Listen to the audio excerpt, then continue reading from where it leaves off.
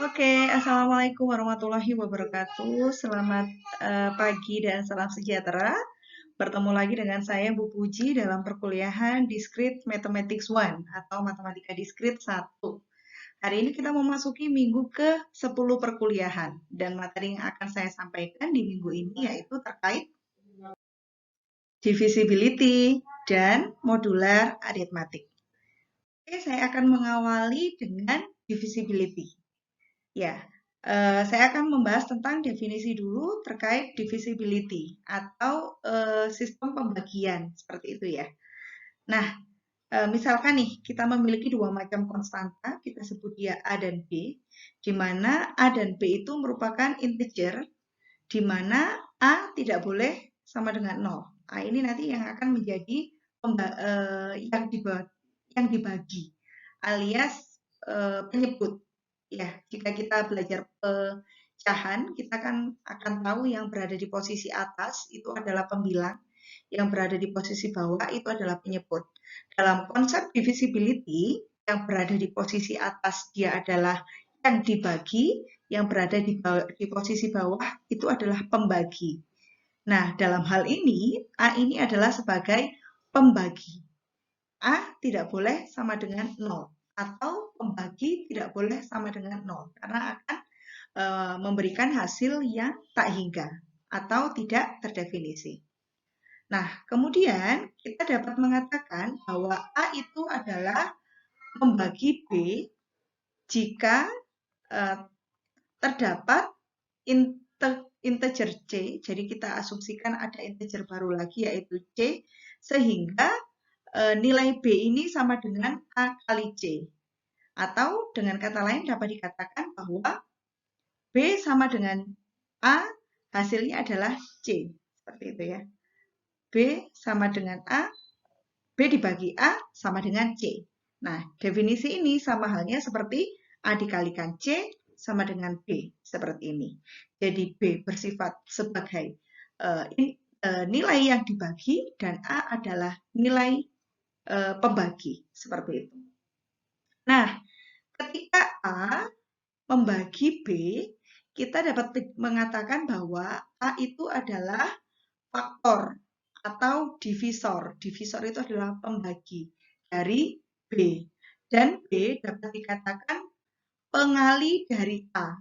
Jadi diasumsikan B ini adalah yaitu perkalian antara A dengan suatu nilai baru. Yang dalam hal ini dia dimisalkan sebagai C. Gitu. C itu nilainya berapa tergantung nilai B dan A. Nah, seperti itu.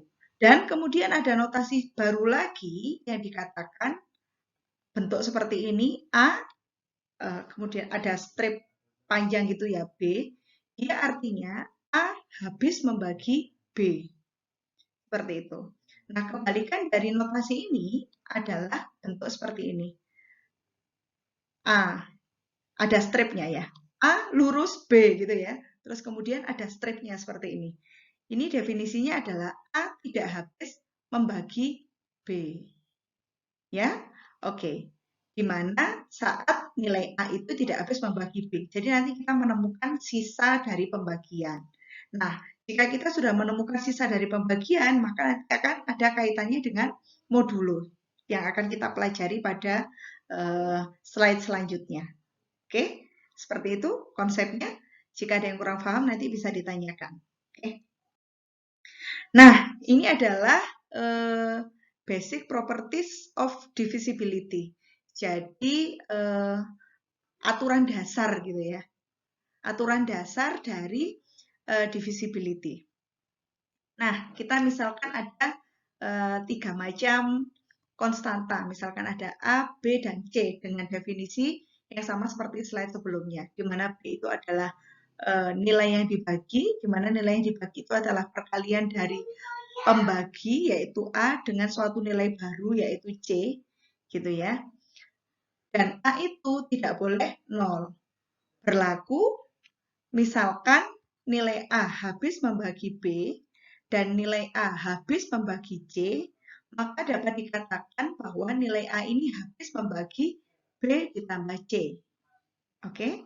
Yang kedua, Jika A habis membagi B dan A habis membagi B kali C untuk setiap C. Seperti itu. Jadi ketika A ini habis membagi B, ketika B itu dikalikan suatu nilai berapapun, dia pun pasti akan habis membagi nilai B yang dikalikan nilai berapapun tadi. Terus kemudian, properties yang ketiga, jika A habis membagi B dan B habis membagi C, maka dapat dikatakan bahwa A habis membagi C. Seperti itu. Jadi 3 macam ini adalah 3 macam aturan, 3 macam teori yang berkaitan tentang divisibility. Seperti itu. Perlu diketahui. Ya. Nah, dalam hal ini, D berperan sebagai pembagi. Ya. A berperan sebagai nilai yang dibagi. Q berperan sebagai hasil bagi. Dan R berperan sebagai sisa. Jadi nanti bentuknya seperti ini. Nilai A, ya, nilai yang dibagi tadi, dia merupakan hasil bagi dikalikan pembagi ditambah sisa. Bu, bagaimana jika dia habis dibagi? Ya langsung saja, nilai R-nya adalah 0. Tidak masalah. Ya, seperti itu. Nah, pada algoritma division ini atau pada algoritma pembagian ini, kita akan memiliki dua bentuk definisi gitu ya, yaitu definisi div dan definisi modulo. Ya, tadi saya sampaikan. Ya, dan di sini mengikuti saja. Nilai Q sama dengan A div D atau kebalikannya. Ketika kita ditanya nilai A division D, hasilnya berapa? Hasilnya adalah hasil bagi. Jadi ketika nilai yang dibagi, div, pembagi, hasilnya adalah hasil bagi. Karena division. Division itu adalah pembagian. Kalau definisi modulo, ya, modulo itu adalah sisanya. Jadi, nilai yang dibagi, nilai yang dibagi dimodkan oleh pembagi, hasilnya adalah sisa. Oke ya, tahu bedanya ya. Jika div dia adalah pembagi, hasilnya adalah hasil bagi. Jika mod, hasilnya adalah sisanya. Jadi itu adalah bedanya dari div dan mod. Oke, yang belum ngerti nanti boleh tanya di sesi tanya jawab. Selanjutnya, nah, saya akan melanjutkan tentang modular aritmetik atau aritmatika modular atau aritmatika modulo. Definisi modulo itu seperti apa gitu ya. Oke, kita akan gunakan A dan B sama definisikan dengan slide yang sebelumnya. Jika A dan B itu adalah sebuah integer, dan kemudian ada lagi M itu adalah sebuah bilangan bulat positif, di mana maka gitu ya, A kongruen dengan B modulo M. Jika M membagi A dikurang B. Oke? Jadi definisinya kayak habis dibagi gitu ya. Nah, kita akan menggunakan notasi seperti ini, kongruen ya. A kongruen dengan B mod M untuk mengindikasi bahwa A itu adalah kongruen dengan B modulo M. Seperti ini. Oke? Nah, jika A dan B tidak kongruen dengan modulo M, kita tinggal mencoret bagian tengahnya aja. A tidak kongruen dengan B modulo M. Kongruen tadi apa definisinya? A kongruen dengan B modulo M jika M divides membagi A dikurang B. Ya. M divides A dikurang B. Maka dia dikatakan kongruen. Jika tidak memenuhi tersebut, maka dia tidak kongruen. Oke. Selanjutnya, Oke, selanjutnya saya akan membahas tentang teorema yang berkaitan dengan modulo. Ada definisi lain yang membahas tentang definisi kongruensi dengan modulo. Itu seperti apa? Nah, sekarang akan kita bahas pertama. Kita memisalkan A dan B adalah bilangan bulat, sama halnya dengan definisi pada slide sebelumnya. Lalu kita memisalkan sebuah nilai M itu adalah tadi definisi dari modulonya, dia juga merupakan sebuah positif integer. Maka nilai A dia akan kongruen dengan B modulo M jika dan hanya jika dan hanya jika ini artinya dia bisa dibalik ya. Jadi B modulo M itu bisa juga dikatakan kongruen dengan A. Jika dan hanya jika A modulo M sama dengan B modulo M. A modulo M sama dengan B modulo M. Ada lagi teorema yang selanjutnya, yaitu kita memisalkan M adalah bilangan positif integer atau bilangan bulat positif. Nah, sebuah bilangan bulat A dan B itu dikatakan kongruen dengan modulo M jika dan hanya jika kita munculkan sebuah konstanta baru yaitu K, sehingga berlaku A sama dengan B ditambah K kali M. Seperti itu. Nah, lalu yang ketiga, kita misalkan M adalah sebuah bilangan positif integer. Jika A kongruen dengan B modulo M, kemudian ada C kongruen dengan D modulo M, maka dapat dikatakan A ditambah C kongruen dengan B ditambah D. Jadi ketika kedua masing-masing pembagi dan masing-masing nilai yang dibagi itu dijumlahkan, hasilnya juga kongruen. Nah, kemudian sedangkan ketika dikalikan, dia juga kongruen. A, ini ada modulo M-nya ya, sorry. A ditambah C kongruen dengan B ditambah D modulo M. Begitupun ketika dikalikan. A dikalikan C kongruen dengan B dikalikan D modulo M. Oke? Nah, selanjutnya ketika kita akan menghitung nilai divisi dan modulo dengan menggunakan software tertentu gitu ya, bisa menggunakan Python, bisa menggunakan MATLAB atau yang selainnya yang saudara bisa gitu ya. Kita bisa menggunakan algoritma ini. Saya harap nanti teman-teman bisa menuangkan logikanya dalam sebuah algoritma. Ya. Nilai ini dituangkan dari beberapa teori yang sudah saya berikan. Seperti itu. Silakan dipelajari sendiri. Ini hanya mengulang dari definisi yang sebelumnya dituangkan dalam algoritma berikut. Nah, kemudian ada lagi modular exponentiation. Ya, biasanya permasalahan ini banyak digunakan dalam masalah kriptografi, di mana nilai-nilai yang akan dibagi itu adalah nilai-nilai yang sangat besar. Ya, bilangan bulat yang sangat besar. Misalkan, nah gini, pada masalah kriptografi, masalah modular exponentiation ini perlu untuk dicari.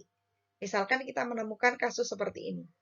B pangkat N modulo M secara efisien, kita bisa memisalkan gitu ya dalam hal kriptografi tadi, nilai B, nilai N, dan nilai M itu adalah sebuah nilai integer yang teramat besar, sangat besar. Nah, lalu biasanya kita misalkan, jika N kita misalkan dalam bentuk seperti ini, maka jika saya bilang B pangkat N, ya tinggal B dipangkatkan nilai N yang ada di sini. Seperti itu. Nilai yang ini biasanya kita sederhanakan lagi. Kenapa? Ketika bilangan bulat dipangkatkan gitu ya, makanya ketika pangkatnya dijumlahkan, maka dia sama artinya dengan perkalian bilangan bulat itu sendiri. Ya, jadi di sini ketika bilangan bulat dia dipangkatkan, jadi dia ini sebagai pengali-pengalinya, seperti itu. Nah, bagaimana kita menghitung nilai B pangkat N? Untuk menghitung nilai B pangkat N, kita hanya perlu menghitung nilai-nilai dari belakang ke depan, gitu ya. Ini kalau kita hitung 2 pangkat 0 itu adalah 1. Gitu ya. B pangkat A0 kita belum tahu nilai A0-nya berapa. Atau dengan kata lain kita asumsikan dia dari nilai paling kecil gitu ya. B pangkat 1 dikalikan B pangkat 2 dikalikan B pangkat 2 tambah 2 dan seterusnya. Sampai dia menemukan nilai B pangkat N. Seperti itu. Nah, ini cukup rumit untuk digambarkan langsung ya. Mungkin ini akan lebih mudah ketika kita langsung mempraktekkan. Nah, prakteknya adalah ini. Misalkan kita menemukan, nah tapi sayangnya kita belum belajar biner ya. Kita mungkin karena ini masih sederhana, tidak masalah saya akan bahas tentang pemanfaatan bilangan biner ya. Jadi, misalkan bentuknya seperti ini. Kita diminta menghitung 3 pangkat 11 tanpa menggunakan kalkulator. Tapi ini saya rasa masih belum terlalu besar ya. Biasanya kalau kriptografi pangkatnya akan lebih besar lagi. Nah, cara menyelesaikan solusinya adalah kita mencari bentuk biner dari 11. Ya, kita asumsikan kita sudah tahu bagaimana mencari bilangan biner. Bentuk biner dari 11 itu adalah 1011.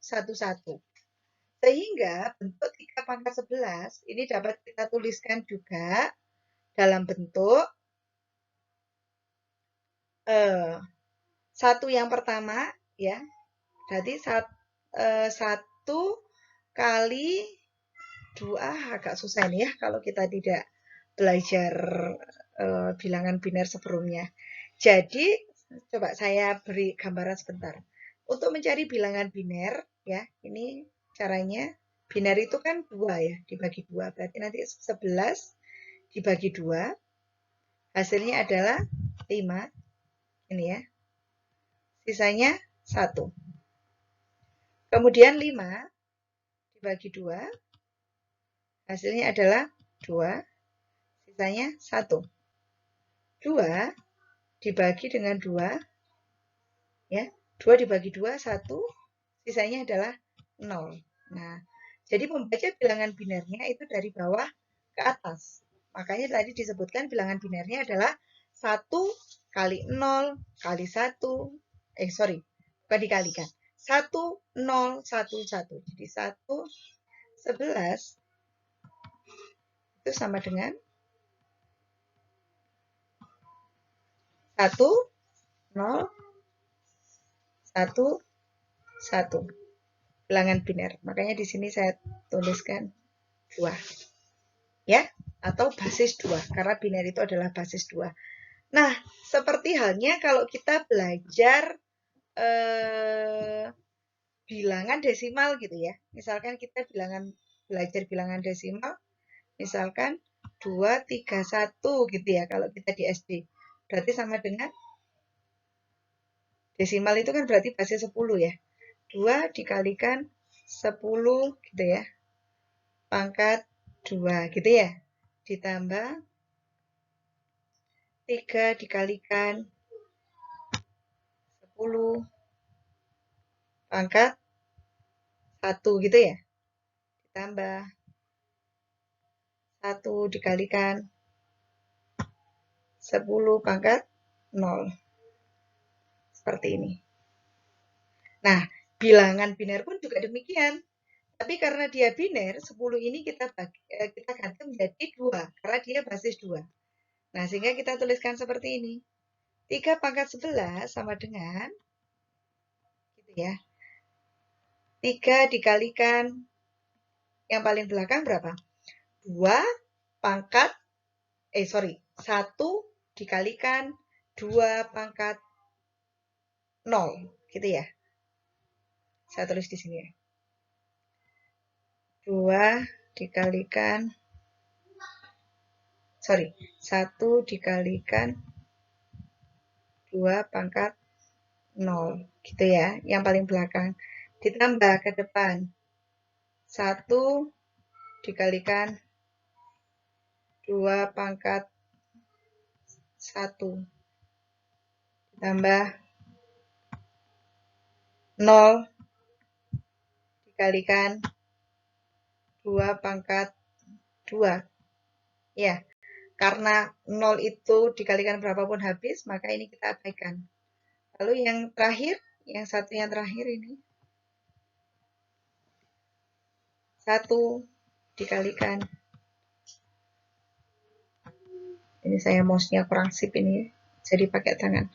2 pangkat 3. Jadi pangkatnya itu dari belakang 0 sampai maju. Nah, sehingga ini kita tinggal kalikan. 2 pangkat 3 kan 8. Ya, jadi ini 3-nya dipangkatkan 8. Dikalikan 3-nya dipangkatkan 1 dikalikan 2 pangkat 1, 2. 3 pangkat 2. Kemudian 1 kali 2 pangkat 0 dapat 1. Sehingga 3-nya pangkat 1. Sehingga angka 11 tadi kita jabarkan menjadi 3 pangkat 8 dikalikan 3 pangkat 2 dikalikan 3 pangkat 1. Kemudian kita hitung seperti biasa ya. Oke, sehingga kita bisa menemukan 3 pangkat 2 itu adalah 9, 3 pangkat 4 itu adalah, berarti artinya 9 pangkat 2, gitu ya. Dengan demikian, 3 pangkat 8, 81 dipangkatkan 2, hasilnya adalah 65, 61. Sehingga kita bisa dengan mudah menghitung 3 pangkat 11 tanpa menggunakan kalkulator. Oke. Nah, algoritma selanjutnya adalah untuk menyelesaikan algoritma modular eksponensial. Silakan dipahami terlebih dahulu. Ya, kita menggunakan definisi yang sudah kita pelajari tadi. Nah, dan contoh ini, saya rasa ini contohnya cukup rumit. Kita akan bahas kembali setelah kita belajar basis 2 atau biner di belakang ini ya, karena ini harus memilih satu persatu. Kalau 11 tadi kan angkanya cukup kecil sehingga cukup mudah. Karena 644 angkanya agak besar, saya rasa nanti lebih baik dibahas saat pembahasan saja. Jika ada yang sudah paham, malah akan lebih baik lagi. Oke? Oke, selanjutnya saya akan bergeser pada masalah representasi integer. Ya, kita akan belajar tentang basis di sini. Ada basis 2, basis 8, basis 16, seperti itu ya. Nah, pada representasi integer tadi saya sudah sekilas membahas ya. Kita kalau sehari-hari, dalam kehidupan sehari-hari, kita biasanya menggunakan notasi desimal untuk mengekspresikan sebuah integer, bilangan bulat. Misalkan 965 tadi ya. 9, kalau di SD ini kita sudah belajar, 9 menempati tempat ratusan, sehingga artinya 9 kali 10 pangkat 2. 6 menempati tempat puluhan, 6 dikalikan 10 pangkat 1. Sedangkan 5 menempati tempat satuan, berarti dikalikan 10 pangkat 0. Nah, dalam hal ini ternyata integer itu tidak hanya bisa dioperasikan dalam bentuk basis 10, tapi kita juga bisa mengoperasikannya dalam bentuk basis 2, basis 8, serta basis 16. Basis 2 yang baru saja kita pelajari ya, sekilas, yaitu bilangan biner, seperti itu. Basis 8 kurang lebih caranya mirip seperti bilangan biner, tapi pembaginya adalah 8. Sedangkan basis 16 kurang lebih juga sama. Tapi kita akan menggunakan huruf pada basis 16. Nah, oke, langsung saja saya rasa. Bentuk binary expansion atau ekspansi biner. Kita memilih basis 2 untuk menyelesaikan binary expansion. Jadi kita tidak akan menemukan angka 2, hanya menemukan angka 0 dan 1. Ya. Jadi ketika 1 ditambah 1, hasilnya adalah 0. Ketika hasilnya 2, dia akan digeser 0. Seperti itu. Dan seterusnya. Caranya seperti apa? Sama seperti yang tadi saya sampaikan. Jadi dia dibagi 2, dan seterusnya. Nah, sekarang kita akan mencoba menyelesaikan. Misalkan kita punya bentuk ekspansi biner seperti ini. Nah, kita diminta untuk merubahnya dalam bentuk desimal. Bagaimana caranya? Sama seperti yang sudah saya utarakan di awal ya, saat ekspansi modulo. Jadi kita kerjakan dari belakang pangkatnya 0. Berarti 1 dikali karena dia biner, pengalinya bukan 10, tapi 2. 1 dikalikan 2 pangkat 0. Ditambah 1 dikalikan 2 pangkat 1. Ditambah 1 dikalikan 2 pangkat 2, dan seterusnya. Atau bentuknya seperti ini. Sehingga kita bisa langsung menghitungnya. Misalkan 2 pangkat 8, 256. ini hasilnya 0, ini berapa, dan seterusnya. Sehingga kita bisa menggunakan dengan penjumlahan biasa menggunakan buram, hasilnya kurang lebih 351. Seperti itu. Ya, mudah-mudahan teman-teman memahami ya. Silakan ditanyakan jika ada yang kurang paham. Selanjutnya, oktal dan heksadesimal. Oktal tadi adalah ketika pembaginya adalah 8 atau basis 8. Ketika kita belajar tentang basis 8, maka kita tidak akan menemukan angka 8. Yang ada adalah angka 1, 2, 3, 0, 1, 2, 3, sampai 7. Jadi ketika kita bicara 8, kita akan kembali lagi ke 0, dan seterusnya. Nah, yang berbeda adalah ketika kita menemukan ekspansi heksadesimal, karena kita menemukan huruf di sini. Jadi angka 0 sampai 9, setelah 9, 10-nya diganti dengan A, 11-nya B, 12-nya C, 13-nya D, 14-nya E, 15-nya F. Kalau 16, Bu, seperti halnya basis 2 dan basis 8, ketika kita sudah menginjak kepada angka 16, maka dia akan kembali ke 0. Dan seterusnya. Oke? Menarik ya? Nah, bagaimana kita menyatakan beberapa angka dalam bentuk desimal, heksadesimal, okta, dan biner? Misalkan angka 0, ini sangat mudah ya. 0 semuanya pasti punya, 1 semuanya pasti punya. Nah, 2 ini. 2 dia tidak akan punya pada bilangan biner, karena bilangan biner tidak akan menemukan angka 2. Sehingga bilangan 2 pada bentuk biner, dia akan berubah menjadi 10. Untuk yang lain saya rasa tidak masalah sampai angka 7. Ya. Ini berarti langsung 11, ini 100, 101, 110, 111. Ini bacanya tapi bukan ratusan ya, tapi 101, 111, 110, seperti itu. Karena dia bilangan bukan bilangan desimal. Jadi mohon maaf tadi ketika saya menyatakan 100. Nah, lalu kemudian angka 8 pada desimal tetap 8. Pada heksadesimal juga 8. Tapi pada masalah oktal atau basis 8, maka artinya dia adalah angka 1 dan 0. Karena dia tidak boleh menginjakkan angka 8. Pada bilangan biner tinggal mengikuti saja. Dan seterusnya. Angka 10 pada desimal. Nah, ini menarik. Pada heksadesimal dia adalah berganti dengan A. Ya. Pada oktal dia berganti dengan 1, 2. Pada biner dia akan mengikuti saja. Saya rasa tidak susah. Dan seterusnya. Bu, bagaimana ketika kita ketemu angka 16? Ya, 16 berarti sama. Berarti nanti kita akan ketemu 1, 0. Pada bilangan 16 pada heksadesimal. Gitu ya, karena 15 adalah F. Nanti jalan lagi, jalan dan seterusnya. Oke. Jika ada pertanyaan boleh ditanyakan pada saat sesi diskusi. Nah, kemudian konversi basis. Ya, dalam hal ini konversi basis sebenarnya dia akan menggunakan definisi pembagian, division algorithm, juga modulo algorithm. Ya, seperti itu. Nah, pertama kita akan membagi N menjadi kita akan membagi N dengan B untuk menyatakan hasil bagi dan sisanya. Kita kayaknya langsung ke contoh aja ya. Definisi ini saya rasa cukup membingungkan kalian. Tapi nanti akan tetap saya bahas pada sesi diskusi jika kalian memerlukan definisi ini. Saya rasa ini adalah definisi yang sudah saya bahas tadi, yang jika memang perlu nanti kita ulangi, nanti kita akan ulangi. Ini adalah definisi division algorithm yang tadi saya sampaikan. Ya. Oke. Nah, contohnya ini nih, kita diminta untuk merubah bentuk desimal 1, 2, 3, 4, 5 ini ya. Bentuk desimal karena di sini bahasa 10 dalam bentuk oktal. Gimana caranya kita membagi selain kita langsung membagi semuanya gitu ya. Sebenarnya ini bisa juga kita dalam bentuk misalkan cara gampangnya itu seperti ini. 1, 2, 3, 4, 5 dibagi dengan 8.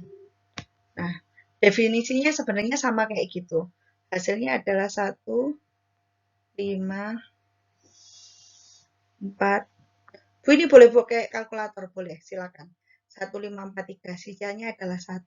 Sehingga kita bisa menuliskan untuk yang pertama, 1, 2, 5, 1, 2, 3, 4, 5 ini sama dengan 8 dikali 1, 5, 4, 3 ditambah 1. Karena 1 sisanya. Oke? Nah, selain itu, kita bisa melanjutkan lagi. 1, 5, 4, 3. 1, 5, 4, 3 kita jabarkan lagi. Dibagi 8 kan? Gini ya caranya. Bagi 8. Hasilnya adalah 1, 9, 2.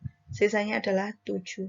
Dapat kita tuliskan di sini bahwa 1, 5, 4, 3 adalah 8 dikalikan 1, 9, 2 ditambah 7. Kemudian 1, 9, 2 kita bagi lagi. Dibagi 8. Bagi 8 hasilnya kelihatan nih kayaknya. 24. Sisanya 0. Oke.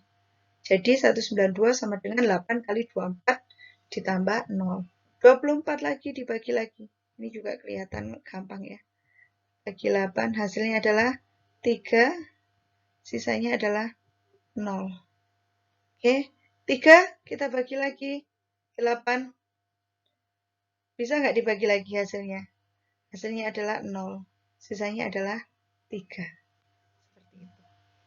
Ya, atau ini tidak kita bagi lagi, tidak masalah ya.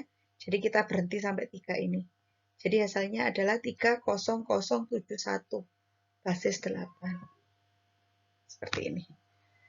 Bisa juga dituliskan dalam bentuk definisi division algoritma seperti ini. Ya, oke. Dan ini adalah bentuk algoritma tentang ekspansi basis B. B itu artinya kita bisa merubah dia sebagai biner, maka B-nya adalah 2. Jika kita akan bicara oktal, maka B-nya tinggal diganti 8.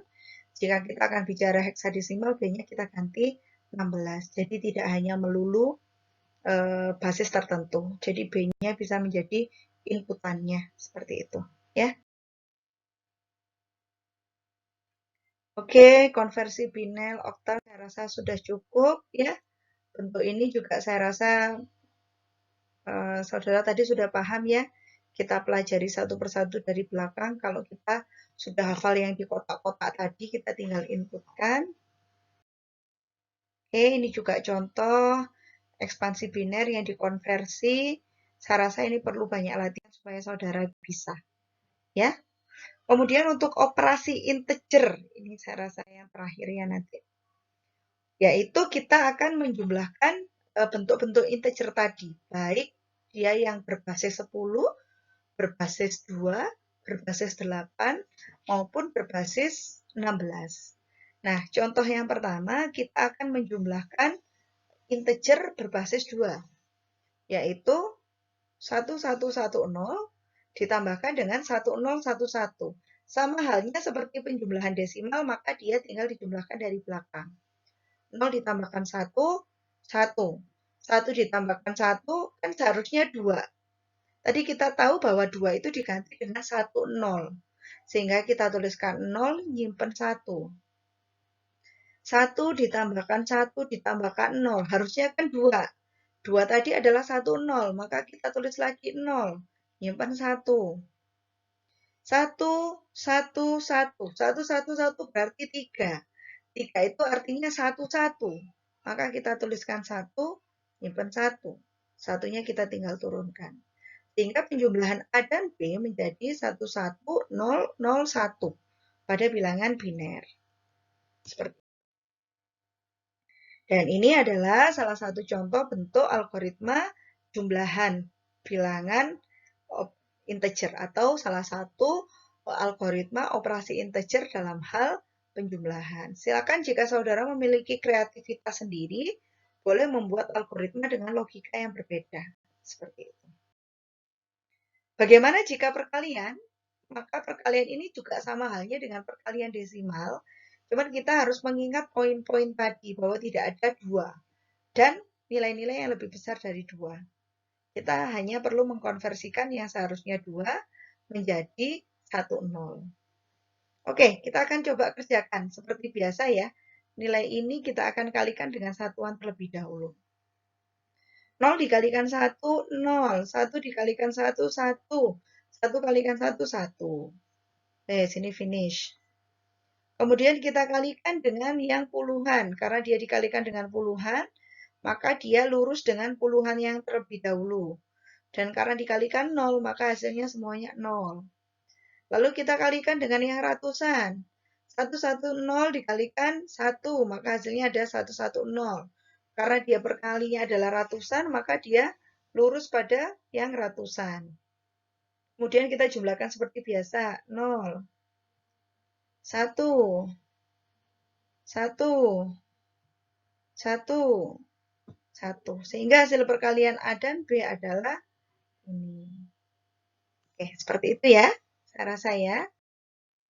Dan ini adalah contoh algoritma yang menyatakan operasi integer dalam hal perkalian. Jika saudara memiliki kreativitas logika yang lain, bisa nanti saudara buat. Ya, ketika ujian saya akan mencoba memberikan saudara latihan membuat algoritma. Nah, untuk yang terakhir, tadi saya mengatakan yang terakhir ya, dan ada lagi yang terakhir, tapi saya rasa ini tidak susah karena ini hanya mengulang, yaitu tentang bilangan prima atau primes. Sudah tahu ya, saya rasa sejak di SD kita sudah belajar tentang primes. Ternyata primes itu definisi keperluannya sangat banyak ya digunakan, terutama dalam hal programming atau kriptografi tadi. Masih ingat bilangan prima diawali dengan angka berapa? Ya, di sini saya definisikan, ada yang bahasa Indonesianya juga. Yaitu misalkan kita memiliki suatu bilangan bulat P, dia di mana lebih besar dari 1, dia disebut prima jika dia itu hanya bisa dibagi 1 dan nilai itu sendiri. 1 dan P. Jadi artinya suatu bilangan itu dikatakan prima. Pertama bilangan itu harus lebih besar dari 1. Kita akan memulai dari 2. Jika bilangan itu hanya bisa dibagi angka 1 dan bilangan itu sendiri, maka dia dikatakan prima. Saya rasa saudara semuanya sudah hafal. Dan bilangan bulat positif yang lebih besar dari 1 dan tidak prima, dia disebut komposit. Jadi komposit itu adalah bilangan selain prima. Sekarang saya berikan contoh. Bilangan 7 itu adalah bilangan prima, karena dia hanya bisa dibagi angka 1 dan angka itu sendiri, yaitu angka 7.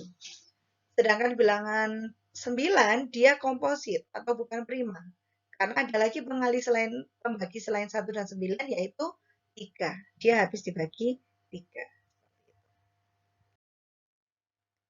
Nah, kemudian ada teorema dasar aritmatik di mana dia akan berkaitan dengan bilangan prima. Masih ingat ya definisi tentang faktorisasi prima gitu ya. Faktorisasi prima, ya sini saya sebutkan dulu. Setiap bilangan bulat yang lebih besar dari 1 dapat ditulis secara unik sebagai bilangan prima atau sebagai produk dari dua bilangan prima di mana faktor prima ditulis dalam urutan ukuran apa ini? Sekresi. Nah, susah sekali ya ini kalau diartikan ya. Jadi intinya kalau saudara ingat mencari KPK dan FPB, itu kan kita akan membagi saat membagi pohon faktor, kita akan membagi nilai tersebut dengan bilangan prima. Kurang lebih seperti itu. Sehingga faktorisasi prima itu diperoleh dari bilangan prima yang dipangkatkan. Jadi kalau pengalinya adalah dua macam bilangan prima, jadi kita bisa menuliskan 2 pangkat 2. Misalkan dikalikan lagi perkalian bilangan prima yang lain, misalkan 5, yaitu 2 pangkat 5 dikalikan 5 pangkat 2. Seperti itu. Nah, sedangkan kayak nilai 641, ternyata dia itu tidak bisa dibagi lagi. Hanya dia bisa dibagi angka 641 itu sendiri. Sehingga bisa dikatakan 641 itu adalah bilangan prima. Sedangkan 999 itu ya. Caranya bagaimana Bu membaginya pakai pohon faktor? Saya yakin semuanya sudah bisa ya, sudah bisa mencari pohon faktornya. Dan kita tinggal lanjutkan seperti ini. Oke. Sehingga kita bisa ketahuan mana yang bilangan prima ketika dia tidak bisa dibagi bilangan yang lain, hanya bilangan itu sendiri. Oke. Nah, trial division, kita mencoba pembagiannya ya. Nah, salah satu prosedur untuk menunjukkan bahwa bilangan tersebut prima atau tidak, itu kan karena tadi trial division tadi ya. Kita coba dia bisa dibagi enggak, gitu. Jika N adalah bilangan bulat komposit, maka N memiliki pembagi utama kurang dari atau sama dengan akar N. Ya, pokoknya kalau komposit itu dia pasti punya bilangan pembagi. Kalau bilangan prima, dia tidak punya bilangan pembagi. Oleh karena itu, bilangan bulat adalah suatu bilangan bulat itu adalah bilangan prima jika tidak bisa dibagi oleh bilangan prima yang kurang dari atau sama dengan akar kuadratnya. Ini mengarah ke algoritma brute force. Ini bisa dicari ya, brute force, yang dikenal sebagai divisi percobaan atau trial division. Nah, untuk menggunakan pembagian percobaan tersebut, kita bisa membagi N dengan semua bilangan prima yang tidak melebihi akar N dan menyimpulkan bahwa N adalah bilangan prima jika tidak bisa dibagi oleh bilangan prima ini. Jadi misalkan kita bisa mengambil angka nilai N-nya ya. Misalkan kita mencari 4. 4 itu bilangan prima atau enggak. Akar 4 adalah 2 gitu ya. Terus kita bisa dicoba, bisa enggak bilangan 4 dibagi 2? Oh bisa, oh berarti dia bukan prima. Seperti itu. Ya, 4 bukan prima. Nah, ini adalah salah satu bentuk ini ya, the shift of Eratosthenes. Jadi dia mendata misalkan bilangan-bilangan bulat yang dapat dibagi dengan 2 gitu ya. Kita bisa melihat misalnya kita ambil angka 1 sampai 100, mana bilangan-bilangan yang bisa dibagi 2 ditandai gitu ya. Oke, diberi tanda seperti ini. Terus kemudian yang ini kita tandai mana bilangan yang dapat dibagi 3. Yang tadi yang dapat dibagi 2 kita tandai 1 garis. Yang dapat dibagi 3 ini kita tandai 2 baris. Ini untuk apa sih Bu tujuannya? Tujuannya yang dia tidak bisa dibagi bilangan prima tadi, yaitu adalah bilangan prima itu sendiri. Gitu ya?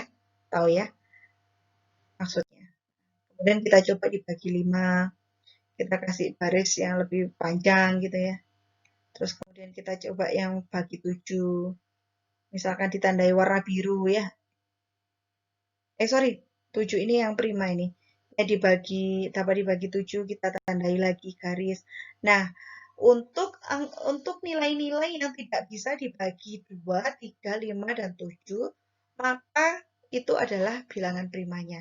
Di sini yang belum kena 1, tapi 1 itu kan tidak boleh karena prima itu adalah yang lebih besar dari 1. Jadi kita bisa menggarisbawahi bahwa di sini adalah yang bilangan prima 2, 3, 5, 7, 11, 13, 17, 19, 23, 29, dan seterusnya. Itu jika kita bicara angka 1 sampai 100. Ya, di sini kita bisa melihat beberapa bilangan prima antara angka 1 sampai 100. Menarik ya? Oke, jadi saya rasa cukup pertemuan hari ini. Sebelum saya tutup, lagi-lagi saya akan memberikan kalimat motivasi kepada saudara. Pesan saya kali ini adalah selesaikan semua pekerjaanmu sampai tuntas, karena menunda pekerjaan itu artinya Anda menemukan hal baru. Gitu ya. Jadi Anda akan semakin terjadi kemunduran karena Anda memundurkan tugas-tugas yang ada di depan Anda. Oke, saya rasa cukup pertemuan hari ini.